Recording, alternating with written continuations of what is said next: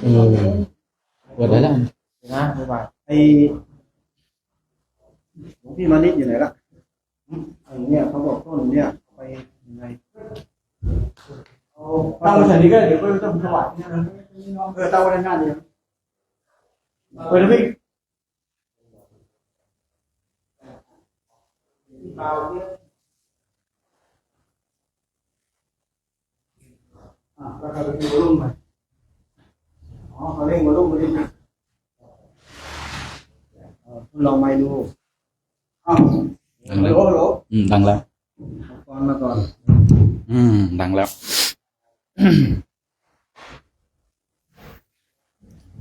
เห็นเสือหมอบอย่าเสือว่าเสือไหวเผลอเมื่อใดกัดกินสิ้นทั้งคน อย่ายกตนคงท่านนั้นไม่ดี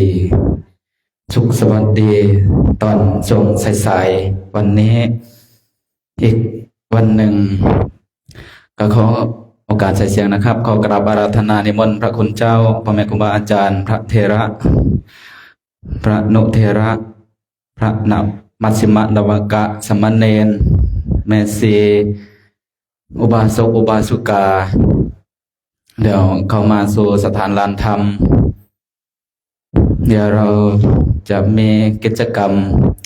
กราบพระไหว้พระเดี๋ยวจะเตรียมต่อออกเดินทางจาริกไปอีกวันหนึ่งไปสู่อีกสถานที่หนึ่งแล้วรอความพร้อมกันเดี๋ยวเมื่อพร้อมกันเดี๋ยวเราจะกราบพระไหว้พระกันปกติทุกวันของเรานะกิจวัตรเป็นกิจวัตรของโครงการเรามารวมโครงการเป็นโครงการที่ดีของพระเดชพระคุณหลวงพ่อมาฝึกฝนอบรมพวกเรานะที่พระเดชพระคุณหลวงพ่อท่านว่าไว้ว่าฝึกพระเป็นฝึกพระเป็นให้เป็นพระแท้ให้จากปุถุชนกลายเป็นอริยบุคคลใครทำได้ก็อนุโมทนากันน่าจะมามุดกันแล้วเนาะเดี๋ยวเรากราบพระไหว้พระกันนั่งคุกเข่าขึ้นนะเตรียมตัวกราบพระรัตนตรัยกันเมื่อพร้อมกันกราบ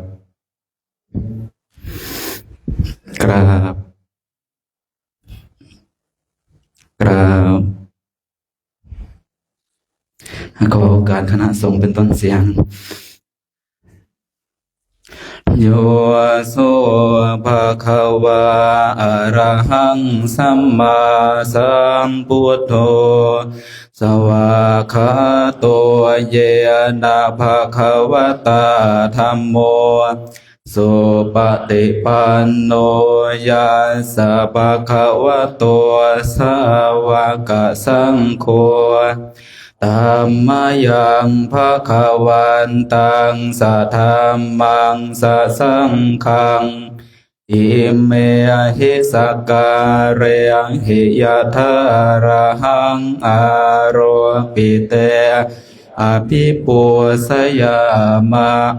สาธุโนพันเตภะคะวะสุจิระปริเนพุโตเป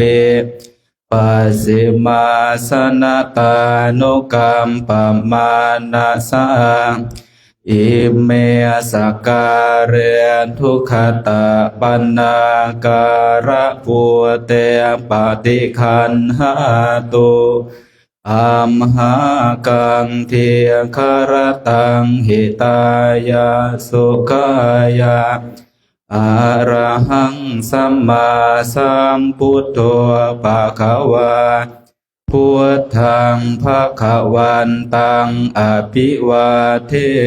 เมสวากขาโตภะคะวะตาธัมโม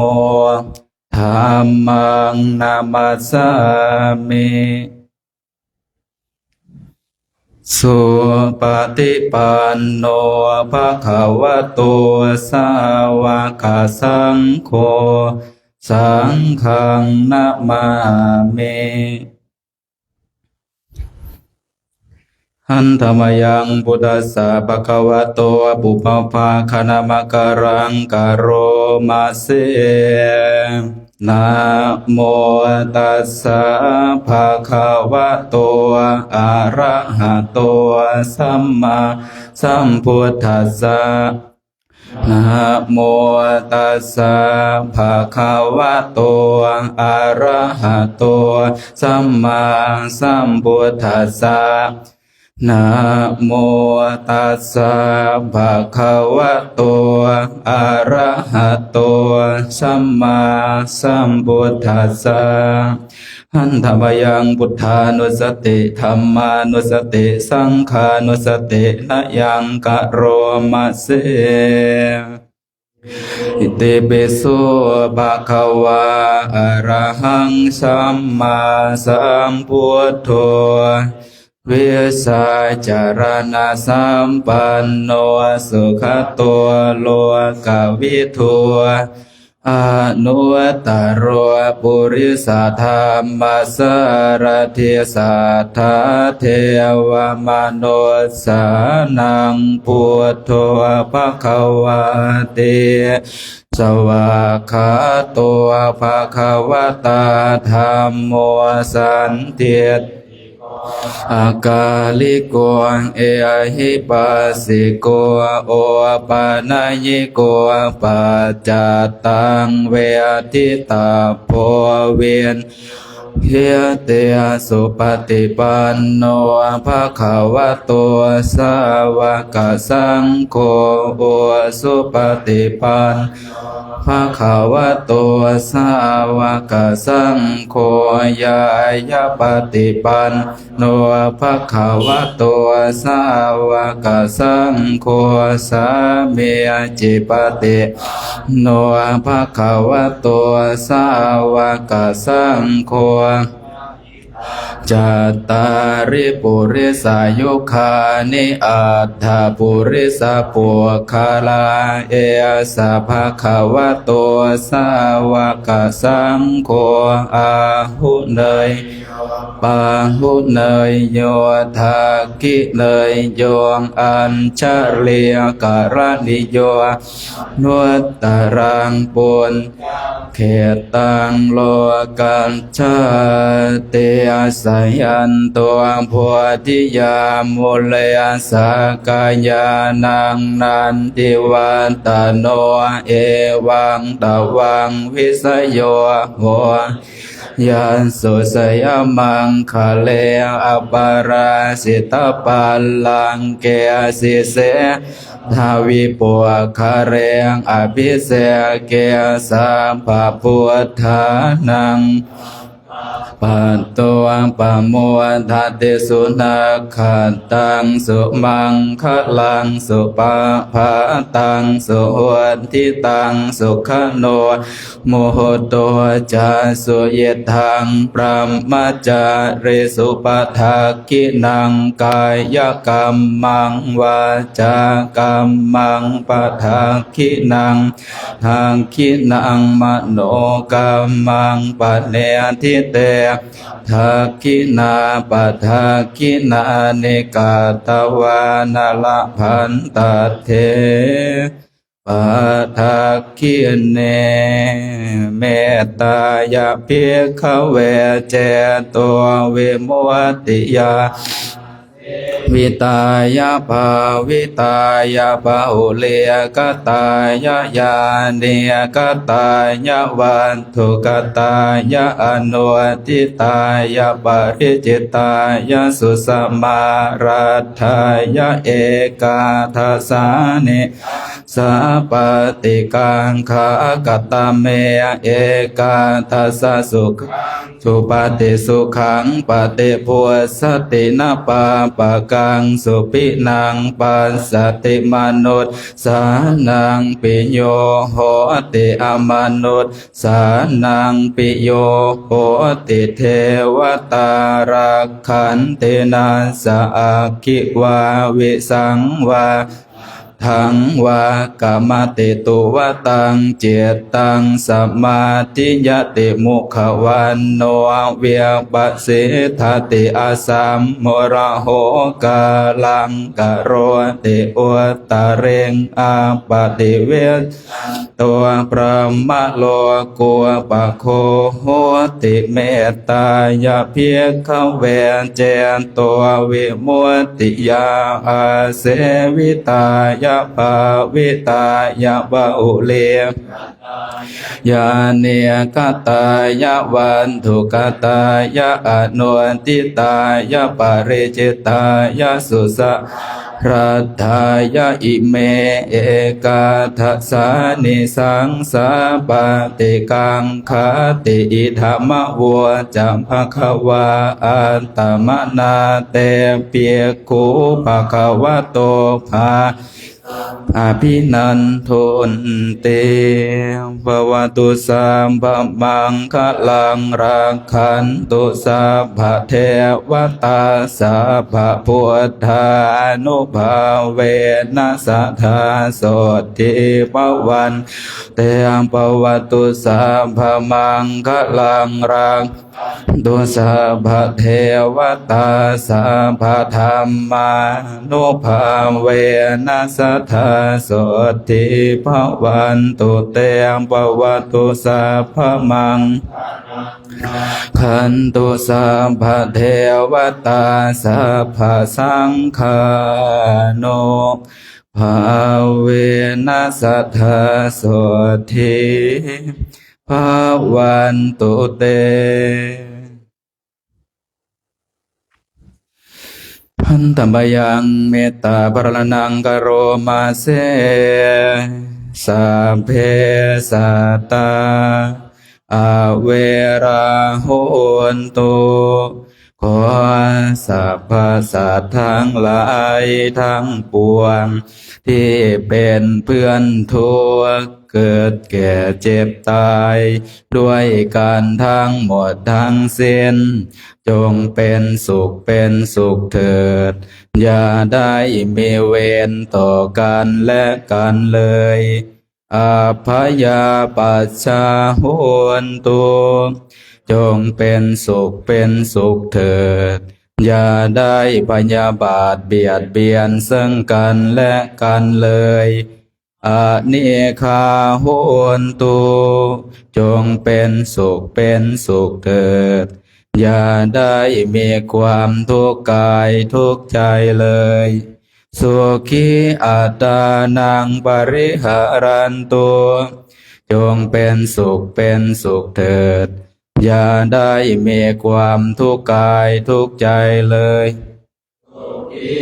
ตานังปริหารันตุจงมีแต่ความสุขกายสุขใจรักษาตนให้รอดพ้นจากทุกโทษเป็นภัยอันตรายทั้งปวงทุกตัวหน้าเถิดกะตังปุญญาภาลังไมหังสัพเพภาคีภวันตุเตขอสัพพสัตว์ทั้งหลายทั้งปวงเหล่านั้นจงเป็นผู้มีส่วนได้เสวยผลบุญที่ข้าพระเจ้าทั้งหลายได้บำเพ็ญแล้วนี้เถิดอรหังสัมมาสัมพุทโธภะคะวาพุทธังภะคะวันตังอภิวาเทมิสวากขาโตภะคะวะตาธัมโมธัมมังนัมมัสสามิสุปฏิปันโนภะคะวะโตสาวกสังโฆสังฆังนะมามิมหาตาเปียตุครุณังอหังวันทามิข ครูอุปัสสะอาจาริยากรุณังอหังวันทามิน้อมจิตน้อมใจกราบคุณครูบาอาจารย์อีก3 ครั้งพร้อมกันแล้วกราบกราบกราบ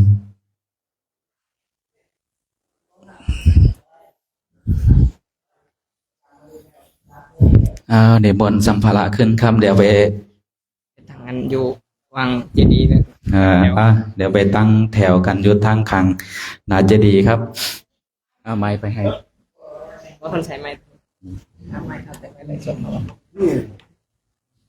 ที่ทองแดงต้นข้าป่านี้เขาเจดีย์ ถือไปครับ เจดีย์ อ่ะ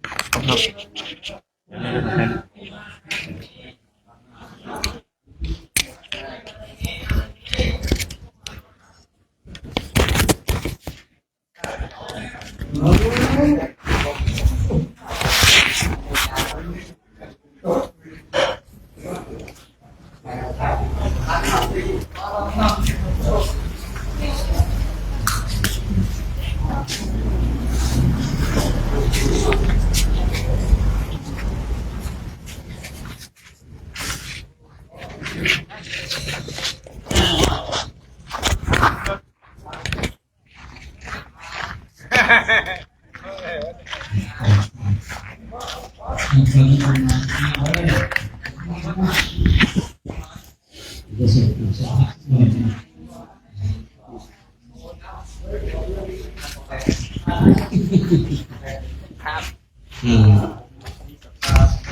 เอานิมนต์นะครับเป็นของทะเลเอาร่วม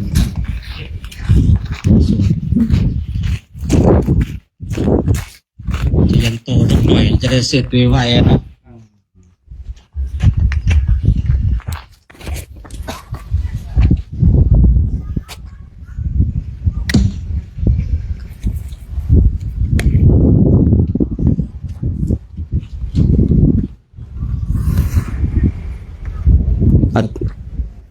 รูปที่ 1มาชิดๆก็นี่เลยครับผมนะ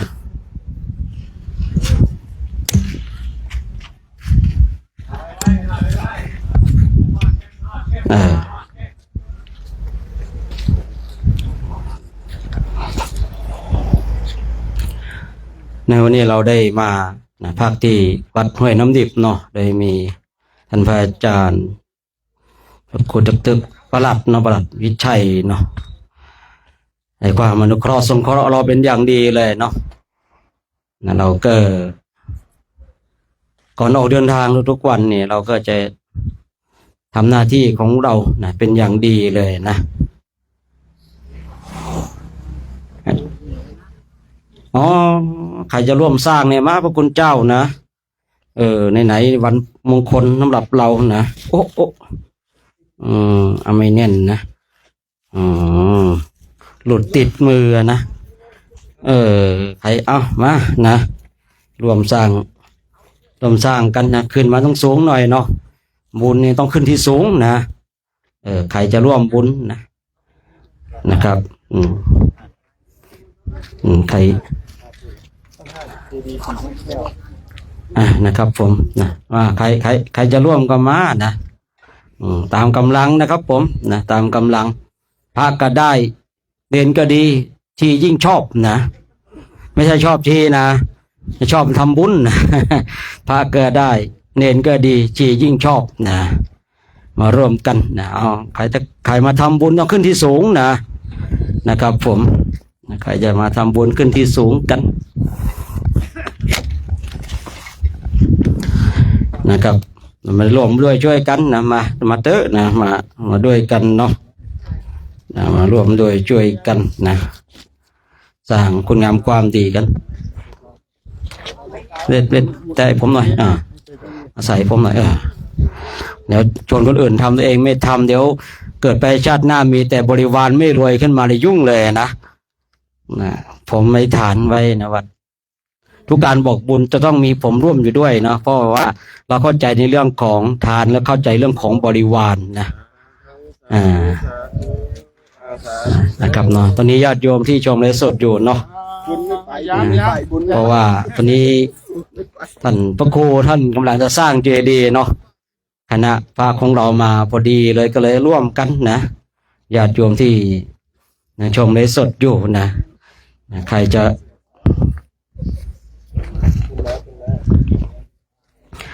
เรามาร่วมบุญกันนะตามกำลังนะมีมากทำมากมีน้อยทำน้อยถ้าไม่มีก็หายืมเพื่อนข้างเคียงนะพอมีแล้วก็คืนเขาเคยมีคนถามว่ายืมตังค์คนอื่นทำบุญได้บุญไหมถ้าเราก็คือเรายืมก็คือตังค์ของเราแล้วใช่ป่ะแต่เราต้องคืนเขานะมีมากทำมากมีน้อยทำน้อยไม่มีก็ยืมเพื่อนข้างเคียงนะมีแล้วค่อยไปคืนเขานะเนี่ยโยมเขาก็ร่วมกันเนาะตามกำลังนะครับผมใส่ไปเถอะนะใส่ไปเถอะอะไรเจียบไปเถอะนะอย่ารวมกันนะรวมกันสร้างบุญกันนะวันนี้เป็นวันบุญนะครับเงินบุญได้ใส่ไปเลยครับนะไม่เป็นไรหรอกนะใส่ไปเถอะนะไม่เป็นไรนะว่าไงกลุ่มสองเคลียร์เสร็จกันหรือยังเอ่ยรู้สึกเมื่อเช้าดำลงหรือเปล่าเนาะใช่หรือเปล่าใช่หรือเปล่าเมื่อเช้าที่ทดสอบใหม่น่ะเย็นนี้ไปแล้วเที่ยวป่าขยาเนาะเดี๋ยวหาเพื่อนให้นะวันนี้ผมเองก็ต้องอนุโมทนากับพระคุณเจ้าเนาะแล้วก็สามเณรแล้วก็แม่ชีอุบาสกเราได้ร่วมกันเนาะเป็นส่วนหนึ่งของพระธาตุเนาะซึ่งตรงนี้เดี๋ยวเนี่ยจะก่อนที่เราจะออกเดินทางก็จะได้ให้ท่านพระครูเนาะได้กล่าวคำหรือว่าบอกชื่อพระธาตุตรงจุดนี้นะเพราะว่าเราได้มาพักที่วัดห้วยน้ำดิบแล้วเนาะคณะพระภิกษุสงฆ์ในโครงการนี้นะถ้าทำอะไรผิดพลาดไปเนาะส่งเสียงดังผิดพลาดหนึ่งประการใดผมก็ขอรับไว้แต่เพียงผู้เดียวเพราะว่าคือบางสิ่งบางอย่างเนาะขอรับในสิ่งที่ผิดพลาดไปแต่เพียงผู้เดียวนะบางสิ่งบางอย่างนะวัดเคยสงบแต่มีส่งเสียงดังมีพระอาจจะอะไรหลายๆอย่างถ้าเกิดความผิดพลาดผมเองก็ขอรับแต่เพียงผู้เดียวนะแต่ถ้าเกิดบุญเกิดกุศลก็ขอให้บุญกุศลที่คณะพระภิกษุสงฆ์ได้กระทำกันก็ขอให้วัดห้วยน้ำดิบพร้อมกับพระธาตุนี้เนาะจงสำเร็จรุ่งเรื่องไปได้ด้วยดีด้วยเธอก่อนออกเดินทางเดี๋ยวเราจะได้กราบนิมนต์ท่านพระครูได้กล่าวนะไอโอวาทก่อนออกเดินทางสักเล็กน้อยเนาะนิมนต์นะ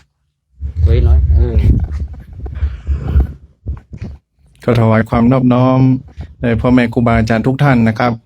ก็ในโอกาสนี้ก็ขออนุโมทนาบุญในการสละปัจจัยทรัพย์อันมีค่าของท่านแต่ที่สำคัญนะจิตใจนี่สำคัญกว่าจิตใจแค่เต็มร้อยปัจจัยเล็กน้อยแล้วแต่เห็นสมควรก็ถือว่ามากล้นอยู่นะที่ท่านได้มีน้ำใจต่อเราเข้ากับผมในนามของคณะสงฆ์คณะศรัทธาวัดน้ำดิบขออนุโมทนาบุญในครั้งนี้ในการสร้างรากสร้างฐานแล้วก็ให้ถึงยอดพระเจดีย์ให้มีรากฐานที่มั่นคงกับชีวิตของเราของท่านทั้งหลายแล้วก็ขอให้มีฌานญาณบารมีสูงเหมือนดั่งพระธาตุที่จะขึ้นไปสู่ยอดข้างบนให้เติมเต็มบุญกุศลให้แก่เราท่านถ้าเราทำเมื่อไหร่ได้กุศลเมื่อไหร่ก็ขอให้ท่านได้มีส่วนร่วมในอานิสงส์เหล่านั้นทุกๆครั้งไปแล้วขอถวายกำลังใจให้กับพระสงฆ์เราทุกรูปให้ชนะใจตนเองให้ชนะในสิ่งที่เป็นอาสวะกิเลสแล้วก็เป็นพลังกายพลังใจกำลังความคิดกำลังของเราที่จะได้ต่อสู้อุปสรรค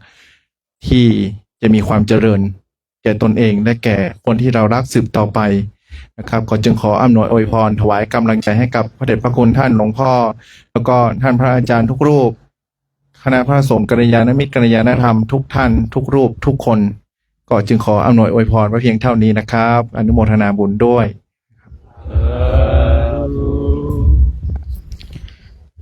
ทิยันโตโพธิยามโมเทสะ กายา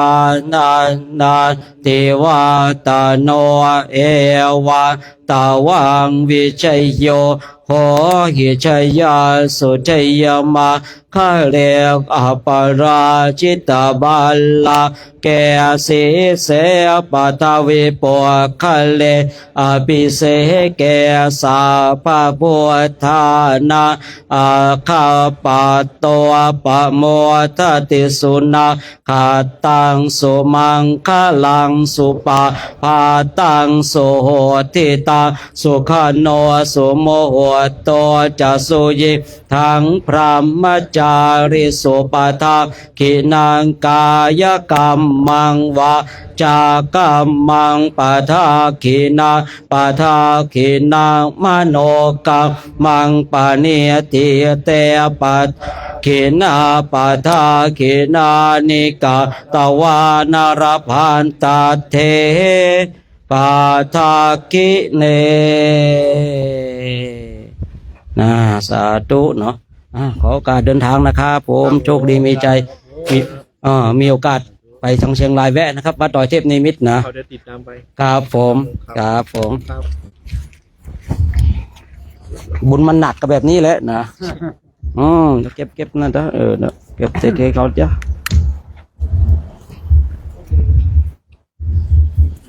เอาเด็ดครับนะผมโชคดีครับ ครับสวัสดีครับสวัสดีผู้ลูกผู้โตครับ วันนี้กลุ่มไหนกลุ่มสองโอ้โหกลุ่มสองอีกแล้วไป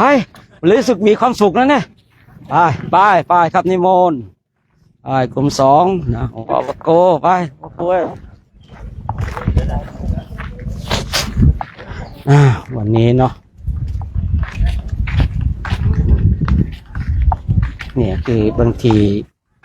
นะการที่เราพาพระมาเนี่ยพระท่านก็จะได้รู้จักกันพระท่านบางทีก็จะได้ไปมาหาสู่กันผูกมิตรไมตรีนี่เราไม่ได้ไปทำลายมิตรไมตรีนะเรามาสร้างมิตรไมตรีเราไปแต่ละที่แต่ละแห่งเนี่ยอะไรที่เราพอที่จะช่วยได้เราก็ช่วยเหลือกันไปนะช่วยกันตอนมีชีวิตอยู่เนี่ยดีกว่าไปพรรณนาความดีตอนที่ตายไปแล้วนะคือผู้พูดเองเนี่ยนะคือสมัยก่อนเนี่ยก็คิดว่าความดีของคนเนี่ยเราต้องคุยตอนตายผู้พูดเองเคยมีความคิดเช่นนี้นะแต่พอวันหนึ่งเนี่ย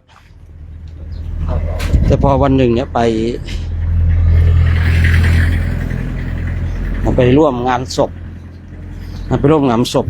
เห็นเขาพรรณนาแต่คุณงามความดีนะเลยให้สะกิดใจว่าเอาแล้วตอนที่มีชีวิตอยู่ทำไมคนไม่คุยถึงเรื่องความดีทำไมเราต้องมาคุยเรื่องความดีของคนตายนะความดีมันต้องคุยตอนมีชีวิตอยู่คนเราจะต้องช่วยเหลือกันในตอนที่มีชีวิตอยู่เนี่ยที่สุดก็เลยเนี่ยเราไปตามสถานที่ต่างๆเนี่ยเราก็พอที่เราจะช่วยเหลือเพื่อบุญกันวันนี้ก็ชวนพระทำบุญสร้างเจดีย์กับวัดห้วยน้ำดิบทำตามกำลังของนักบวชท่านทั้งหลายอาจจะได้ยินเมื่อสักครู่นี้ว่ามีมากทำน้อยมีมากทำมากมีน้อยทำน้อยไม่มีก็ยืมเพื่อนข้างเคียงมันเคยเกิดประเด็นมีคนถามเวลาที่เรายืมเงินคนอื่นมาทำบุญเราจะได้บุญไหมถ้ายืมเงินเรามาทำบุญเราก็ได้บุญอยู่แล้วเนาะแต่เรื่องของการยืมเนี่ยนี่อีกกรรมหนึ่งนะอีกอย่างหนึ่งถ้าเรายืมมาแล้วเขาให้เนี่ยนั่นเป็นเงินของเราแล้วใช่หรือเปล่าเราไปทำบุญเราก็ได้บุญดิทีนี้ส่วนที่เรายืมเนี่ยถ้าเราไปคืนเขาในอดีตคือในอนาคตเราก็ต้องไปชดใช้เขามันคนละเรื่องกันนะมันคนละอย่างก็คนละเรื่องกันคือถ้าเรายืมมาใช้เราก็ได้บุญเราก็ไม่ต้องไปชดใช้เขาในชาติต่อไปในภพต่อไปแต่ถ้าเรายืมมาแล้วแต่เราไม่คืนเขาบุญเราได้แต่เราก็ต้องไปชดใช้ในชาติต่อไปสำหรับคนที่เรายืมเงิน เพราะว่าผมพูดเลยคุยมีมากทำมากมีน้อยทำน้อยไม่มีก็ยืมเพื่อนข้างเคียงแต่วงเล็บนะถ้าเราไม่อยากไปใช้หนี้เขาในชาติต่อไปเราก็ต้องคืนเขาในชาตินี้นี่คือหลักการง่ายๆเขาเนี้ยเราเนี่ยไปตามสถานที่ต่างๆเนี่ยนะเราก็จะต้องมาช่วยเหลืออนุเคราะห์สงเคราะห์พอที่จะช่วยเหลือกันได้อะไรกันไปคืออย่างที่ได้กล่าวไว้คือเรามาผูกมิตรไมตรีเราไม่ได้มาทำร้ายมิตรไมตรีเนาะออกมาข้ามถนนนะเนี่ยรออยู่ใครอะตรงแดงเอาข้ามเลยรถนี่แล้วข้ามเลยเนี่ยเราคือพระเนี่ยท่านก็จะรู้จักกันโอกาสหน้านะฟ้าเก่าเนี่ยบางทีท่านก็จะได้มาเยี่ยมมาเยือนมาหามาผูกมิตรไมตรีมาพูดมาคุยกันเนี่ยคือเนี่ยเป็นเช่นนี้เรามาพักกันก็เป็นโอกาสอันดีนะญาติโยมเนาะเป็นโอกาสอันดีเช้านี้ญาติโยมก็ได้คงจะได้ร่วมอนุโมทนาบุญกุศลกับพระคุณเจ้าเราผู้พูดเองก็คือร่วมไป400 บาทเรามีกำลังเพียงเท่านี้ยังได้ปัจจัยที่ญาติโยมก็โอนมาใช้ในกิจส่วนตัวนั่นแหละนะเราเงินตรงนี้ก็เลยทำให้มีโอกาสได้ทำบุญทำกุศลไป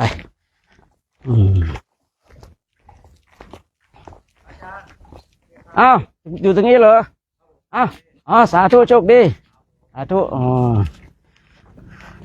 คือโยมนะอีกคนหนึ่งเคยปีแล้วติดตามไปเนาะติดตามไปทีนี้ก็เลยมาบุกบ้านเขาเลยนะคุยเล่นๆกันเอามือกันปีแล้วเขาไปหาเรานะปีนี้เราก็มาหาเขานี่มันบอกว่าจะพูด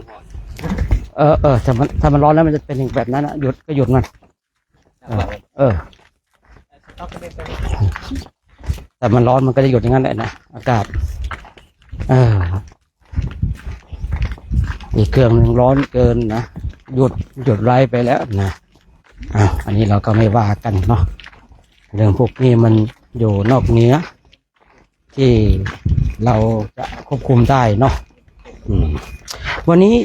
เราก็ต้องเดินทางต่อไปญาติโยม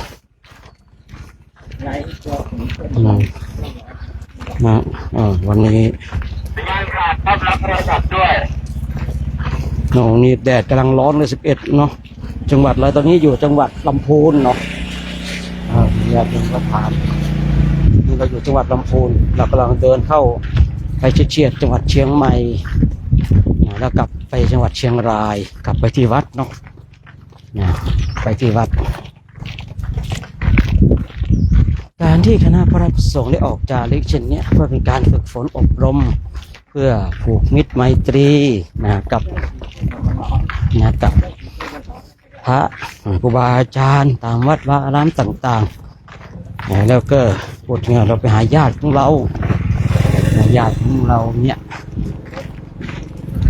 ที่เคยมีบุญสัมพันธ์ซึ่งกันและกันคือเมื่อวานถ้าใครได้ชมไลฟ์สดของผู้พูดตอนที่ผู้พูดกำลังเดินเข้าหมู่บ้านเนี่ยว่าถ้าเจ้าสุถ้าเราเดินเข้าหมู่บ้านแล้วเราจะพักหมู่บ้านนั้นนะถ้าเจ้าสุเนี่ยมันมาเห่าต้อนรับนะสบายใจได้จากประสบการณ์นะแต่ถ้าว่าเราจะพักหมู่บ้านไหนเจ้าสุเงียบกิ๊บเตรียมตัวเถอะ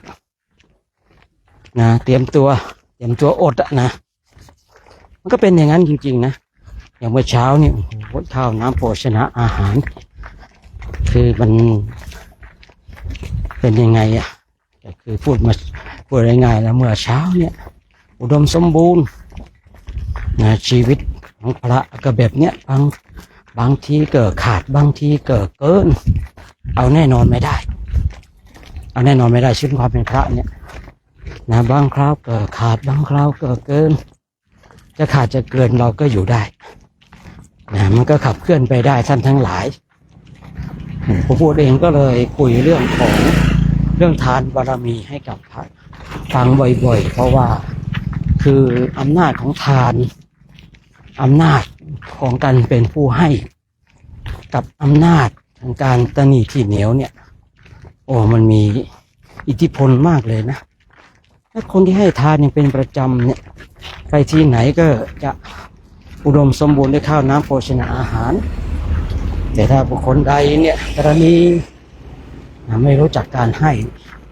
บุคคลนั้นเนี่ยไปไหนก็ลำบากตัวเองไม่พอนะยังพาคนอื่นลำบากด้วยเดี๋ยวมีโอกาสจะเล่าให้ฟังนะมีโอกาสจะเล่าให้ฟังนะในเรื่องของเรื่องนี้เนาะเพราะว่าถ้าคุยเรื่องนี้ไปแล้วมันยาวแต่ก็เกินไปก็แล้วกันคืออำนาจของบุคคลที่ตระหนี่ทีเหนียวอยู่ในกลุ่มใดคณะใดเนี่ยจะทำให้กลุ่มนั้นคณะนั้นนี่คือขาดแคลนข้าวน้ำโภชนาอาหารไปด้วยนะเราอย่าคิดว่าเป็นพระแล้วจะอุดมสมบูรณ์ทุกคนนะหรือว่าบุคคลนั้นทำไมอุดมสมบูรณ์ทำไมบุคคลนั้นโอ้โหดูแล้วการมีอยู่ลำบากเหลือเกินนี่แหละอำนาจแห่งบุญอำนาจแห่งทานบารมีท่านทั้งหลายมันชัดเจนยิ่งถ้าอ่านในพระไตรปิฎกนะมันจะชัดเจนเรื่องนี้มากๆเลยอะสมัยก่อนปู่พูดเองก็เอาแต่ภาวนาอย่างเดียวเน้นหนักเรื่องการภาวนาเน้นหนักในการเดินจงกรมนั่งสมาธิไม่ได้สนใจอย่างอื่นมาสนใจในการภาวนาแต่พอวันหนึ่งเนี่ยคือเห็นพระผู้เฒ่าเข้าปริวาสแล้วก็เป็นเจ้าภาพน้ำปานะเป็นเจ้าภาพน้ำปานะบ้างเป็นเจ้าภาพตัวนี้บ้างพระเห็นพระก็เห็นแล้วท่านก็มีความยินดีชื่นชมก็อยากทำกับเขาบ้างแต่บัดนั้นพระพุทธก็เลยจับปัจจัยแล้วก็ทำบุญเท่าที่จะทำได้นี่คือจุดเปลี่ยนในการที่พระพุทธเองหันมาการให้ทานยิ่งเราบวชอยู่นานๆแล้วเราก็จะเห็นว่าอำนาจของทานบารมีของเราน้อยเหลือเกินคือเนี่ยเราไม่สามารถที่จะย้อนกลับไปแก้ไขในอดีตได้แต่เราสามารถทำปัจจุบันเพื่อส่งผลในอนาคตได้อดีตไม่มีใครย้อนกลับไปแก้ไขได้หรอกท่านทั้งหลายแต่เราสามารถทำปัจจุบันเนี่ยเพื่อส่งผลในอนาคตได้ชีวิตของเราเลือกเองเราทำเองไม่ได้มีคนอื่นเลือกให้เราทำให้กับเราญาติโยมท่านทั้งหลายมีคนถามว่าจะไปไหนเหรอคะดังเดินกลับจังหวัดเชียงรายตอนนี้อยู่จังหวัดลำพูนกำลังจะเดินกลับจังหวัดเชียงรายแล้วก็เดือนกุมภาก็จะไปต่อที่ประเทศอินเดียและเนปาลเนาะซึ่งก็เป็นเลี้ยวขวาเพราะโครงการของเราจะเป็นโครงการที่นำพาคณะพระภิกษุสงฆ์ออกจาริกธุดงค์ประเทศไทยประเทศอินเดียประเทศเนปาลตอนนี้เรายังเดินอยู่ในประเทศไทยอยู่ประมาณเดือนกุมภาเนี่ยก็จะเห็นภาพพระภิกษุสงฆ์เดินในประเทศอินเดียและเนปาลตอนนี้เรามาเตรียมความพร้อมก่อนญาติโยมนะเรามาเตรียมความพร้อมเพื่อให้พระภิกษุสงฆ์เนี่ยเป็นผู้ที่พร้อมต่อสู้กับอุปสรรคต่อสู้กับความร้อนต่อสู้กับความหนาวบางทีหนาวก็ต้องต่อสู้นะปีนี้รู้สึกว่าตอนกลางวันร้อนกลางคืนหนาวกลางคืนเนี่ยร้อนกลางคืนเนี่ยหนาว แต่กลางวันเนี่ยร้อน ยืนเฉยๆเหงื่อยังออกเลยท่านทั้งหลาย ไม่ต้องกล่าวถึงเดินนะเนี่ยพระของเรานี่ก็เดินกันเนี่ยบางทีก็เดินก็ย่องไกลแย่งกันเดินกันไปเนี่ยเป็นการฝึกอดทนนะคือเราไม่ต้องไปว่าโอ้ยเดินมาให้เจ็บเท้าแตกเท้าพองเท้าบวมเดินให้ลำบากทำไมพระเจ้าของเรานะพระองค์เนี่ยเกิดในรั้วในวังอยู่ในรั้วในวังขอประทานอภัยเนาะเติบโตในรั้วในวังแต่ในวันที่พระองค์จะเป็นบุรุษเอกของโลกนี้พระองค์ออกจาริกนะออกปฏิบัติเราเนี่ยถือว่าเป็นสาวกของพระองค์เราก็มาทำตามแบบฉบับประเพณีเรียกว่าแบบฉบับพระพุทธเจ้าที่พระองค์ทรงดำเนินมาก่อนเราบางคนบางท่านนี่นะถามว่าเดินทำไมให้เท้าแตกเท้าพองเดินทำไมให้ผิวดำหน้าดำกันตอนนี้พระเราหน้าดำจมูกดำกันหมดแล้วเพราะท่านกำลังมาฝึกตนท่านทั้งหลายท่านกำลังจะมาฝึกตนฝึกฝนอบรมฉะนั้นญาติโยมทุกคนทุกท่านก็ตอนเช้ามาส่งเอาบุญเนาะตอนเช้ามาส่งเอาบุญตอนเย็นก็มารับนะตอนเย็นก็มารับเพราะว่าอยากจะไล่ตอนเช้าตอนเดินแบบเนี้ยนะเราก็จะไล่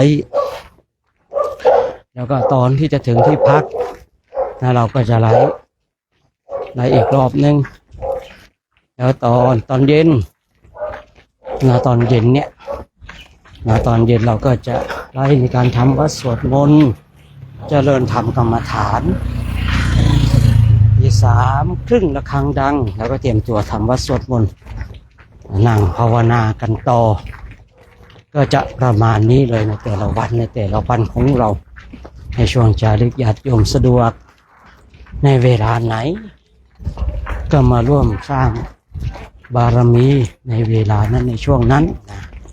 ในช่วงนั้นนะแต่ว่าช่วงนี้พระยังออกเดินเพราะว่าวันนี้เนี่ยออกสายนิดนึงคือทางวัดวันนี้ก็มีกิจกรรมชักชวนญาติโยมเข้ามาทำบุญที่วัดมันก็เลยมีพิธีกรรมหลายๆอย่างเข้ามาทำให้เราออกสายแต่จะออกช้าออกสายออกเช้าออกเวลาไหนก็ถึงเหมือนกันนะจะถึงเวลาไหนค่อยว่ากันอีกทีท่านทั้งหลายจะถึงเวลาไหนก็ว่ากันอีกทีนะว่ากันอีกที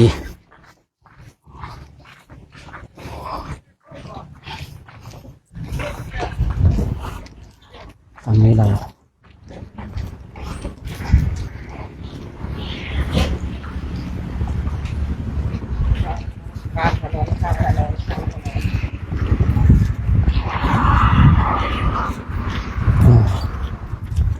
ทีนี้เรา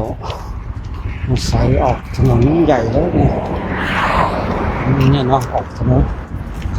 ออกถนนใหญ่บ้างเข้าถนนเข้าซอยเล็กบ้างมันกำหนดกฎเกณฑ์ไม่ได้นะว่าเราจะต้องเข้าถนนใหญ่อย่างเดียวหรือเดินถนนเล็กอย่างเดียวมันไม่แน่นอนท่านทั้งหลายไม่แน่นอนนะแต่สิ่งที่แน่ๆคือเราต้องก้าวไปข้างหน้าก้าวไปเส้นชัยเกี่ยวกับดอยเจ็บนิมิตก้าวไปถึงสังเวชนียสถานทั้ง4ที่ประเทศอินเดียและเนปาลยังไงญาติโยมก็ร่วมส่งกำลังใจเนาะส่งกำลังใจให้กับพระคุณเจ้าของเราพระคุณเจ้าของเราก็พูดง่ายๆว่าตอนเนี้ยถอยหลังไม่ได้แล้วเดินหน้าอย่างเดียว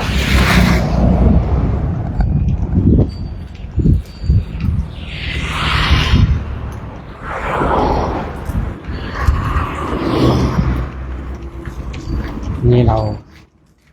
ถอยหลังไม่ได้เราเดินหน้าอย่างเดียวเลยญาติโยมนะญาติโยมก็มาร่วมให้กำลังใจ พระคุณเจ้าของเรากันเด้อนะ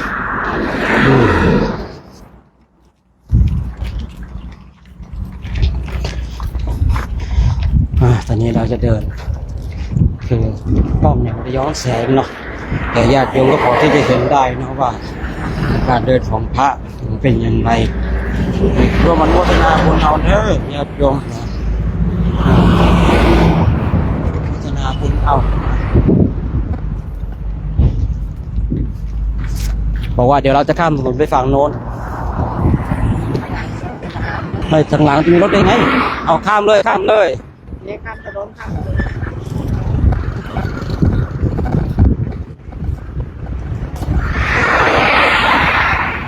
ระวังรถเด้อจะเพิ่งข้ามนะระวังรถ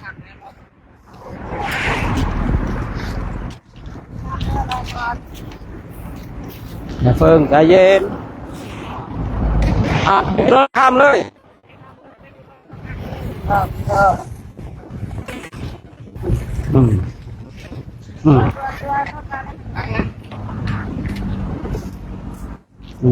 มีข้ามถนนต้องข้ามแบบมือก่อนแต่ญาติโยมเห็นก็พอข้ามเป็นหน้าแผงกระดานเลยนะตอนนี้เรียบร้อยแล้วนะนี่ข้ามถนนเสร็จเรียบร้อยแล้วนะเพราะว่าการเดินการข้ามของเราเนี่ยคือเราไม่ได้สร้างความเดือดร้อนให้กับผู้ที่สัญจรบนถนนเลยนะเราเดินในเขตของเรานะ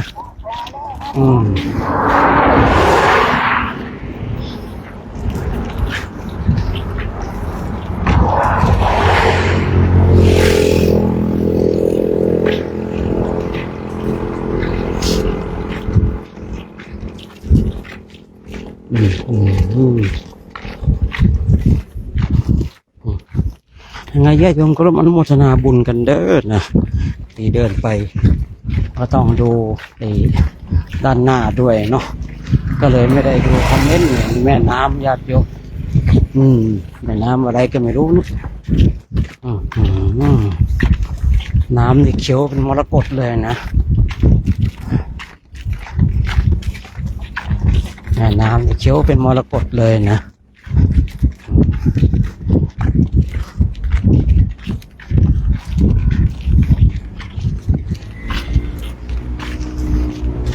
วันนี้บางคนบางท่านเนี่ยทำไมไม่เห็นพระเดชพระคุณหลวงพ่อนะพระเดชหลวงพ่อจะมีกิจเนาะจะต้องเดินทางนะต้องเดินทางเลยต้องไปทำกิจ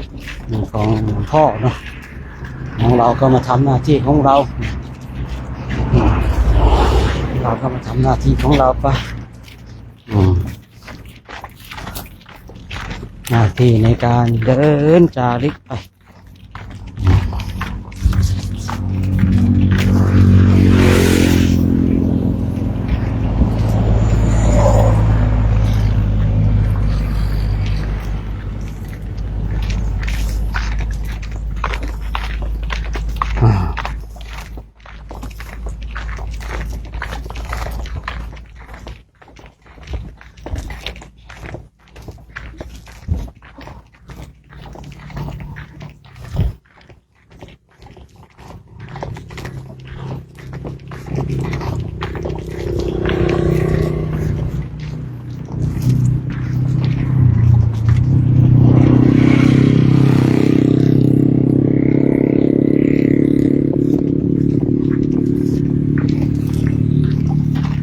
เอาละเนาะญาติโยมเนาะญาติโยมไปดูหลังมั่งกันแล้วกันนะตามส่งพระคุณเจ้ากันญาติโยมนะไปดูหลังกันนะพระกันไปอ้าวจุ๊ไปพูดคุยทักทายกัน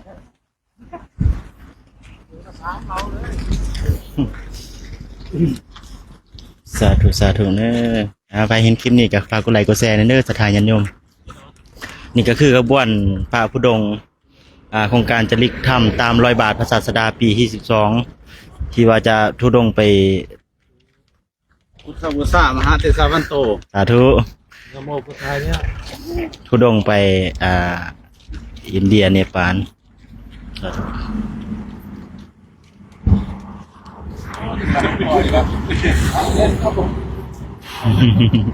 เอาทุกสอดเลยนะครับ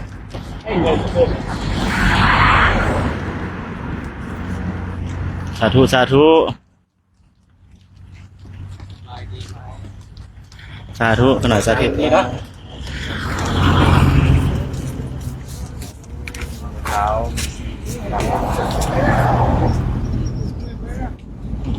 จะเมียพันนะ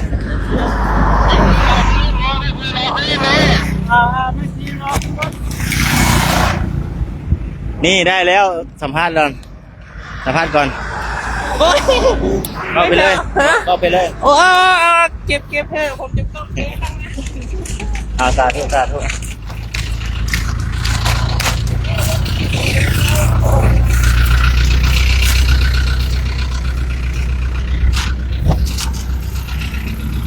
เลย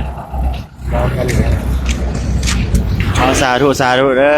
ใครเห็นคลิปนี้ก็ฝากกดไลค์กดแชร์เพื่อเป็นกำลังใจให้พระผู้ดงโครงการจาริกธรรมตามรอยบาททาศาสดาปีที่12เนี่ยเนอะที่ว่าจะไปบินเดินทุดงค์ที่ประเทศอินเดียเนปาลเป็นจะได้กับฝากติดตามกดไลค์กดแชร์จะได้ขอยุติการไล่ไว้เพียงเท่านี้เด้อศรัทธาญาติโยมสุดท้ายนี่ก็ขอเอาใจให้พรทางศรัทธาญาติโยมจงมีแต่ความสุขความเจริญคิดสิ่งหนึ่งประการใดที่สอบประกอบด้วยธรรมแล้วขอให้จงสำเร็จทุกการทุกคนได้ขอขาเถิดสาธุ